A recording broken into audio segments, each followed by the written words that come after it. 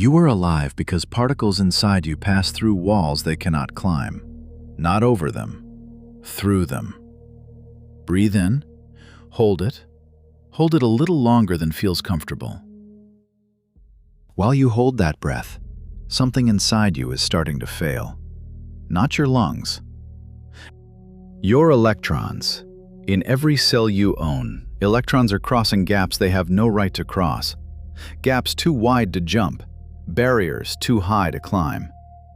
They arrive on the far side anyway. Not occasionally, roughly 1 billion trillion times a second. In you, right now. Your body builds and spends about its own body weight in ATP every single day. Every unit of it depends on that crossing. Classical physics has a number for how often this should happen. The number is 0. You were taught that quantum mechanics lives in cold labs and isolated atoms, and mathematics you would never touch. You were taught that your body is chemistry, warm, wet, ordinary chemistry. That is not true. And what is true is stranger than the myth. Stay with me. By the end of this, the line you drew between physics and biology will not survive. You can breathe now. Start with the thing you just did. Breathing is not really about air. Air is only the delivery. The actual event happens inside a machine called Complex 1, sitting in the membranes of your mitochondria. There are thousands of them in a single one of your cells. Complex 1 takes an electron out of your food and has to move it about 95 angstroms. For a single electron inside a protein, that is a very long way. Along the route sit 7 iron-sulfur clusters, N3, N1b, N4, N5, N6a, N6b, N2. A chain of stepping stones made of iron and sulfur, the same iron that is in your blood, the same sulfur that makes rotten eggs smell. Between those stones there is protein. Insulating, non-conducting protein. There is no wire. There is no contact. The electron does not have the energy to cross that material. It crosses anyway. Each hop is around 10 to 14 angstroms. That is the edge of what physics permits. And here is the detail that should stop you. Biology almost never builds an electron transfer step longer than about 14 angstroms. Not because an engineer chose that limit. Because past 14, the tunneling probability falls off a cliff, and life stops working. Evolution found the edge of the possible, and built the entire energy economy of this planet right up against it. You are not powered by chemistry that touches. You are powered by a particle that refuses to be in one place. Now go back one step. Where did that electron come from? Enzymes take your food apart. Every biology class tells you the same story. Enzymes lower the activation barrier. They make the hill smaller so the reaction can get over the top. Watch what happens when you actually test that. Take an enzyme called lipoxygenase. Swap one hydrogen for deuterium, hydrogen with a neutron added. Chemically, it is the same atom, same charge, same bonds. Twice the mass. Classical theory says the reaction should slow down by a factor of about 7. 7 is the ceiling. That is what mass does to a particle climbing over a hill. The measured value at room temperature is 81. Not 7, 81. And in one engineered variant of that same enzyme, the number climbs past 600. You cannot get numbers like that from anything going over a barrier. You only get them from something going through. Because tunneling probability depends brutally on mass. Make the particle heavier, and the wall does not get taller. It gets thicker. And it is not one strange enzyme. Alcohol dehydrogenase, the one working in your liver after a drink, shows it. Aromatic amine dehydrogenase shows it. Methylamine dehydrogenase shows it. Whole families of them. And the protein's own vibrations squeeze the donor and the acceptor closer together, thinning the wall, making the crossing more likely. The protein is not a bag that holds a reaction. It is a machine that tunes a quantum event. The food you ate this morning is being taken apart right now by particles that go through solid barriers. You do not feel it happening. You are the thing it is happening to. Third, look at the screen you are looking at. Light hits the back of your eye. A molecule called retinal, curled up inside a protein called rhodopsin, absorbs a photon and changes shape. Elevensis to trans. One twist. That twist is the first physical step of seeing anything at all. In 1991, a group at Berkeley fired a 35 femtosecond pulse into it and watched what happened. The twist is essentially complete in 200 femtoseconds. 200 femtoseconds, 0.2 of a trillionth of a second. In that time, light itself travels about 60 microns, less than the width of a human hair. And it is not a normal chemical reaction. The molecule rides a coherent wave packet through something called a conical intersection, a place where two quantum states touch and the molecule falls between them. About 2 out of every 3 absorbed photons successfully complete the twist. For chemistry, that efficiency is absurd. You are hearing these words because of a quantum process that finished before any classical description of that molecule even makes sense. 3 systems: your breath, your digestion, your sight. All 3 run on physics that your textbook told you does not apply here. One more, and this one is not inside you. It is what built you. A photon hits a leaf. The energy has to travel from the antenna molecule that caught it to the reaction center that can use it. It arrives with better than 90% quantum efficiency. Over 90. Almost nothing is lost on the way. Every carbon atom in your body came through a step like that. You are made from the output of a process that barely wastes anything, and we are still arguing about how it manages it. Hold on to that. We come back to it. And it is where this whole story turns on itself. Now the turn. Everything I have just shown you is not the point. Those are the examples that survived. The safe ones. The ones that made it into review papers and lecture slides. The ones nobody argues about anymore. They are impressive. They are not the disturbing part. Here's what they left out. They left out that this is not a list of exceptions. When someone told you that quantum effects do not matter at body temperature, they were not simplifying for your benefit. They were wrong.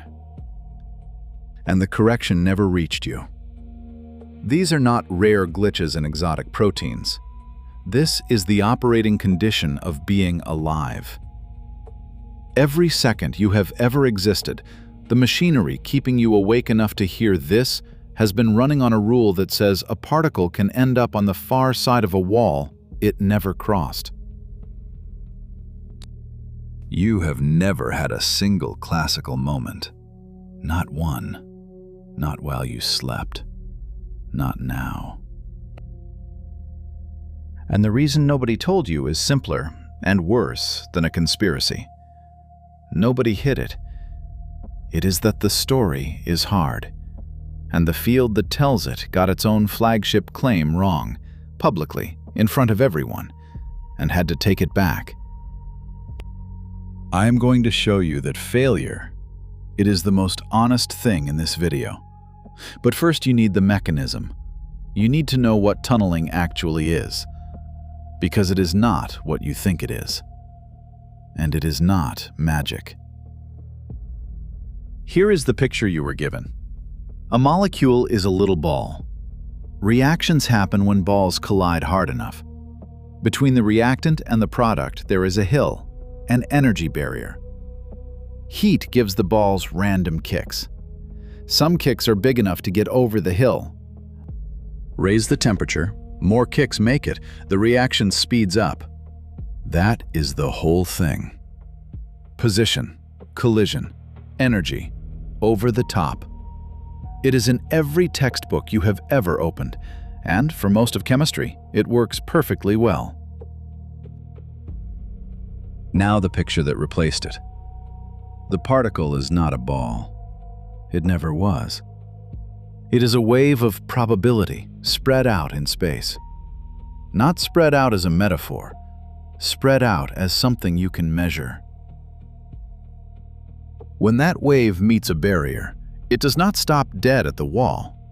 It decays inside the barrier. It thins out exponentially the deeper it goes. And if the barrier is thin enough, the wave has not thinned all the way to nothing by the time it reaches the far side. Non-zero amplitude on the other side means non-zero probability of finding the particle there. So sometimes it is there. Nothing climbed anything. Nothing broke a conservation law. Nothing borrowed energy and paid it back. The particle was simply never localized on one side to begin with. You were. The particle was not.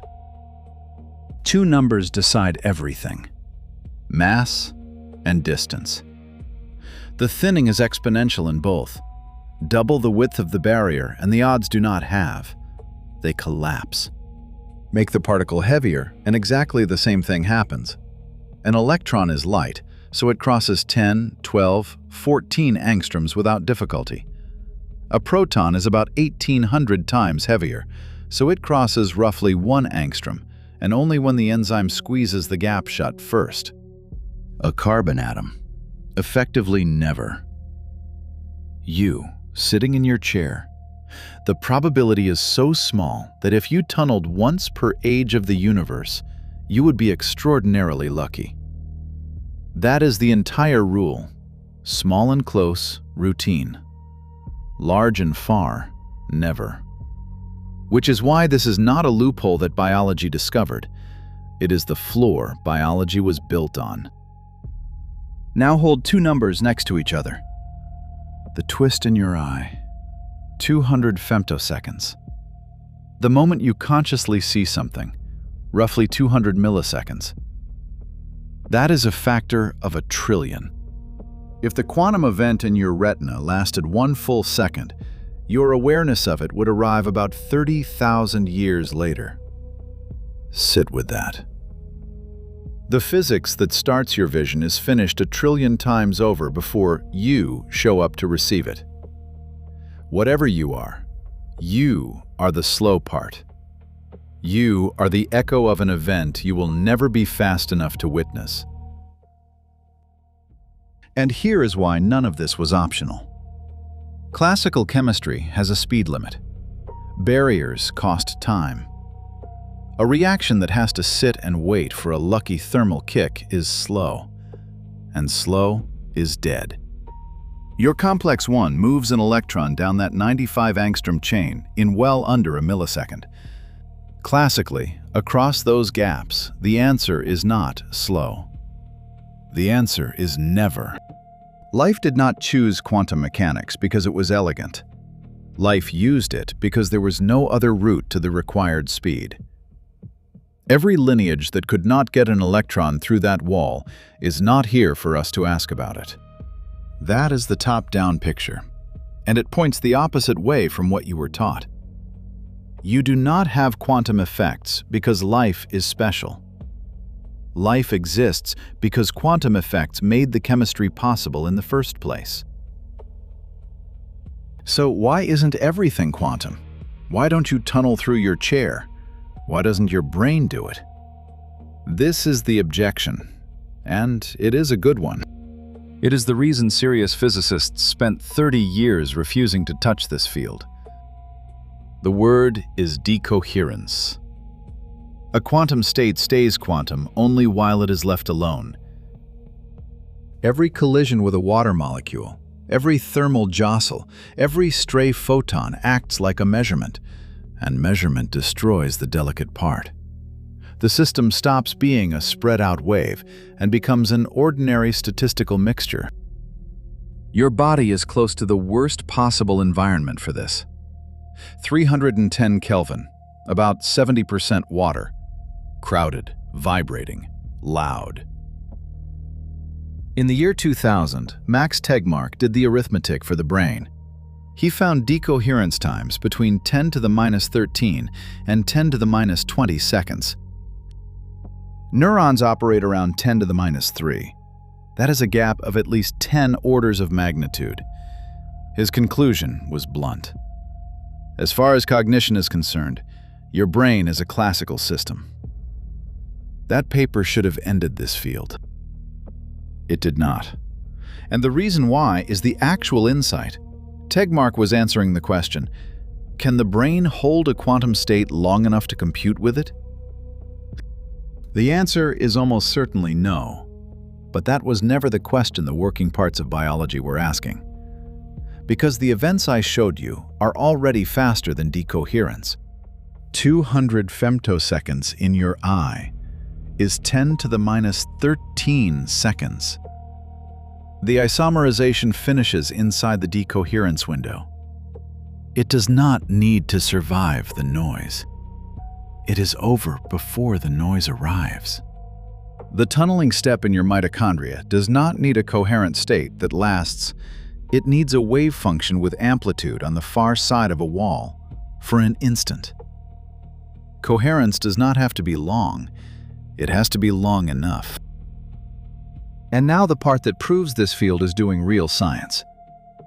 If this sounds impossible, it gets worse. Because the single most famous result in quantum biology turned out to be wrong. 2007. Nature. Greg Engel's group looks at a photosynthetic protein called FMO, cools it to 77 Kelvin, and sees oscillations lasting more than 660 femtoseconds. Quantum beating. In a living system's machinery, the interpretation lands like a bomb. Photosynthesis uses long-lived electronic coherence to find the most efficient path to the reaction center. Nature is running a quantum search. Papers, talks, popular books, an entire discipline built on that image. Then people checked. Better simulations, better experiments, and the oscillations turn out to be mostly not electronic at all. They are vibrational. Atoms wobbling, nuclear motion, producing beats that look like electronic coherence in the data and are not the thing that was claimed. Duan and colleagues, 2017. Chow and colleagues, 2020. In a paper with a title that tells you everything. Quantum Biology Revisited. The current consensus is that nature does not rely on long-lived electronic coherence to move energy through photosynthesis. The flagship claim of quantum biology collapsed. Now notice what did not happen. Nobody buried it. Nobody defended the beautiful version past its expiry date. Some of the people who built careers on the 2007 interpretation published the correction themselves. And the field is still standing, because the tunneling was never in doubt. The electron transport in your mitochondria was never in doubt. The 200 femtoseconds in your eye were never in doubt. What collapsed was one glamorous story, sitting on top of a foundation that never needed it. And the argument is not even over. Vibronic mixing, electronic and vibrational states married together, may still steer energy transfer. Recent full microscopic simulations report persistent quantum effects in primary photosynthesis. The debate continues, honestly. In the open, That is what a living field looks like. It killed its own best story, and it got stronger. This is where the evidence ends and the question begins. Everything past this line is either debated or speculative. I will tell you which. Every time, start with the strongest of the uncertain things. A bird. The European robin migrates at night, thousands of kilometers, and it navigates using the Earth's magnetic field. That field is astonishingly weak, around 50 microtesla, 100 times weaker than the magnet on your fridge. The energy involved is roughly 1,000,000 times too small to matter against the thermal noise in a warm cell. So how does a bird feel it? The proposal is a radical pair. Light hits a protein in the bird's retina called cryptochrome. An electron jumps, leaving two unpaired electrons sitting on two different molecules. A pair with correlated spins. Those spins interconvert between two configurations, and the rate of that interconversion is sensitive to the surrounding magnetic field. Different orientation, different chemistry, different signals sent to the brain. The bird may be seeing the magnetic field as a pattern laid over its vision. In June 2021, in Nature, Xu and colleagues took cryptochrome 4 out of a migratory robin and tested it directly. It is magnetically sensitive in the test tube, and it is more sensitive than the same protein taken from chickens and pigeons, birds that do not do this. They traced the effect to 4 successive flavin-tryptophan radical pairs by mutating the protein and watching the sensitivity change. That is a beautiful result. Now the honesty. It is in vitro, in a tube. Nobody has closed the chain inside a living bird. And in 2025, a paper argued that one version of that protein is probably irrelevant to the robin's compass altogether. The field is still arguing about which molecule it even is. So, it works in glass. It is not proven in the bird. Anyone who tells you otherwise is selling you something. But notice why it is possible at all. Spin. Spin coherence is different. A spin couples weakly to its environment, so it survives not for femtoseconds, but for microseconds. That is 1 billion times longer than the coherence Tegmark was demolishing. If quantum mechanics reaches up into behavior anywhere, spin is the channel it uses. Which brings us to the results that are hardest to put down. Xenon is an anesthetic. A noble gas, it barely reacts with anything at all. And yet it reliably switches off consciousness. Nobody fully knows why, so someone asked a strange question. Does it matter which isotope you use? Chemically, xenon isotopes are identical. Same electrons, same bonding. The only difference is inside the nucleus. Some have nuclear spin, some have none. In mice, the isotopes with non-zero nuclear spin were weaker anesthetics than the spinless ones. Same atom, same chemistry, different nucleus, different consciousness. The proposed explanation is a radical pair effect. It is not confirmed. Treat it as debated, not settled. Then there is lithium. Lithium treats bipolar disorder, and after decades of use, we still do not have a clean mechanism. In 1986, at Cornell, a group gave rats lithium-6 or lithium-7, 2 isotopes with different nuclear spin, and reported markedly different maternal behavior. In 2025, a study in PNAS reported that lithium isotopes affect the formation of calcium phosphate differently. In vitro, effect sizes are argued over. Mechanisms are open, but the shape of the finding is hard to look away from. A change inside a nucleus, and something changes in a mind. Now the leap. Flag it clearly. This is speculation. Matthew Fisher, a serious condensed matter physicist, asked what it would take for a brain to store quantum information. He needed something that could hold coherence in a warm, wet organ. And he landed on nuclear spins, phosphorus, locked inside clusters called Posner molecules. Nuclear spins are shielded from the environment. In principle, they can last a very long time.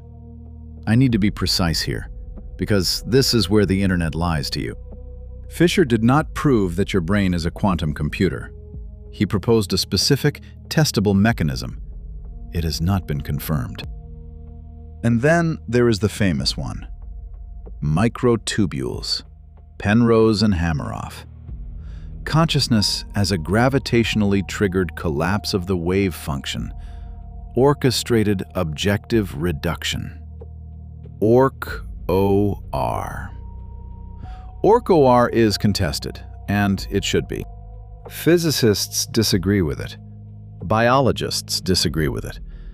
Its own authors have revised it more than once, in public, over 30 years. And specific versions of it have taken real damage.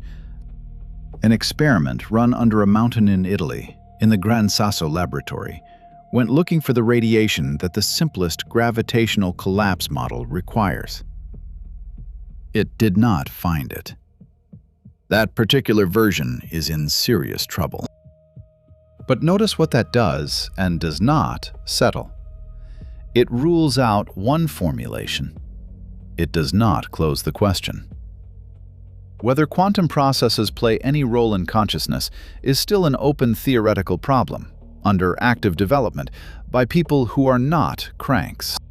Decoherence is the hard objection, and the honest answer is that nobody has finished answering it. So I am not going to tell you Orch-OR is right. I am not going to tell you it is dead either. Both of those would be cheap. Here is what everyone in this argument now agrees on. Quantum effects happen inside living cells. Warm ones. Wet ones. Yours. And that single fact is what changes the status of the question. 30 years ago, asking whether the brain uses quantum mechanics was a category error. Physics did not survive in biology. Full stop. That objection is gone. What is left is a real question with real difficulty. And that is a much more interesting place to be. If you want the full Orch-OR argument, the case that your brain might be doing something quantum and everything that has been thrown at it, we built an entire documentary on that debate. It is our main series. Link is in the description and on screen now. What matters here is narrower, and I want to be exact about it. The point of this video is not whether Orch-OR is correct. The point is that quantum biology is the reason the question is no longer absurd. One more, because it is a good lesson in how to lose. Luca Turin proposed that your nose does not read the shape of a molecule, it reads its vibrational frequency by inelastic electron tunneling. It is an elegant idea, and it would have been the best story in this field. It was tested directly. Humans could not distinguish acetophenone from its deuterated twin. Then Bloch and colleagues went to the receptors themselves, human and mouse, deorphaned in the dish, and found no isotope effect at all. Turin's group replied, "The mainstream did not move. It is, at best, losing." I am telling you that one because it matters that I tell you. This field has one recurring failure mode, and it is not asking big questions. It is announcing answers early. The 2007 photosynthesis result did it. The smell theory did it. Every headline that says, "Scientists prove the brain is quantum," is doing it right now. So take the questions seriously, and take the confidence levels seriously at the same time. That is the whole discipline.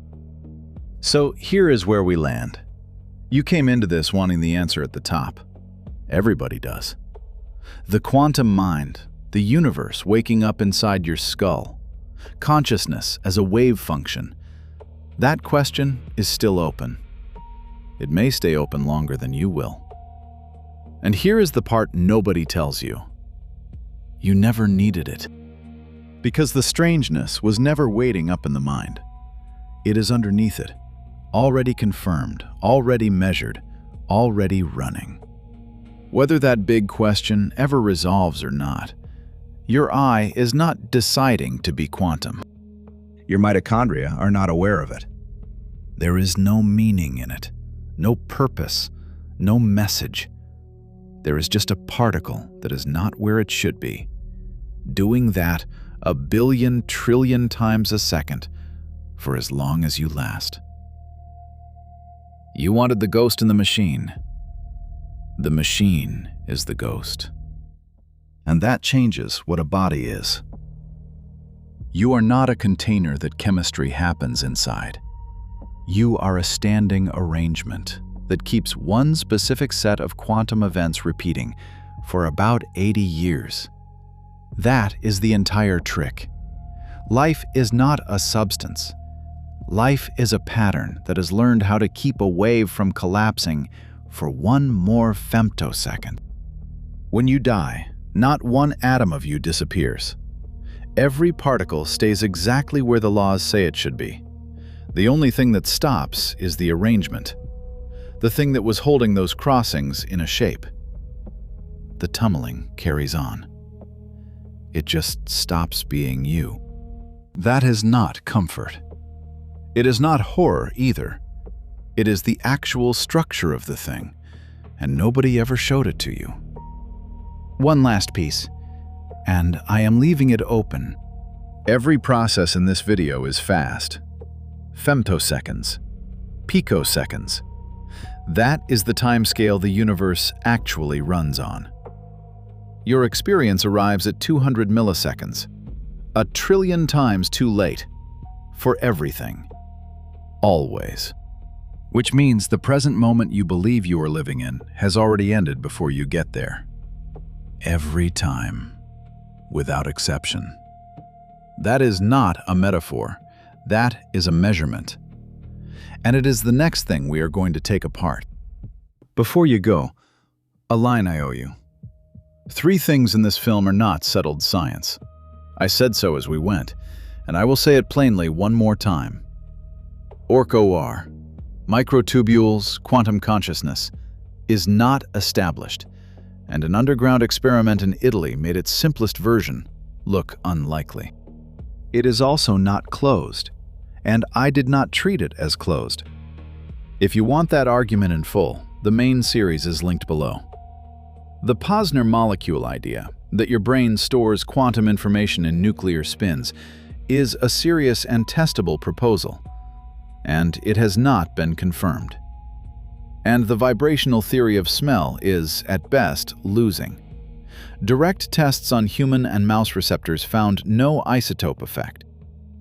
Everything else you heard, the tunneling in your mitochondria, the tunneling in your enzymes, the 200 femtoseconds in your eye, is textbook physics. That is the strange part. The confirmed half is stranger than the speculation. Send this to the person who told you quantum physics has nothing to do with real life. They have been running on it since the day they were born. This is Codex Origin. Stay strange.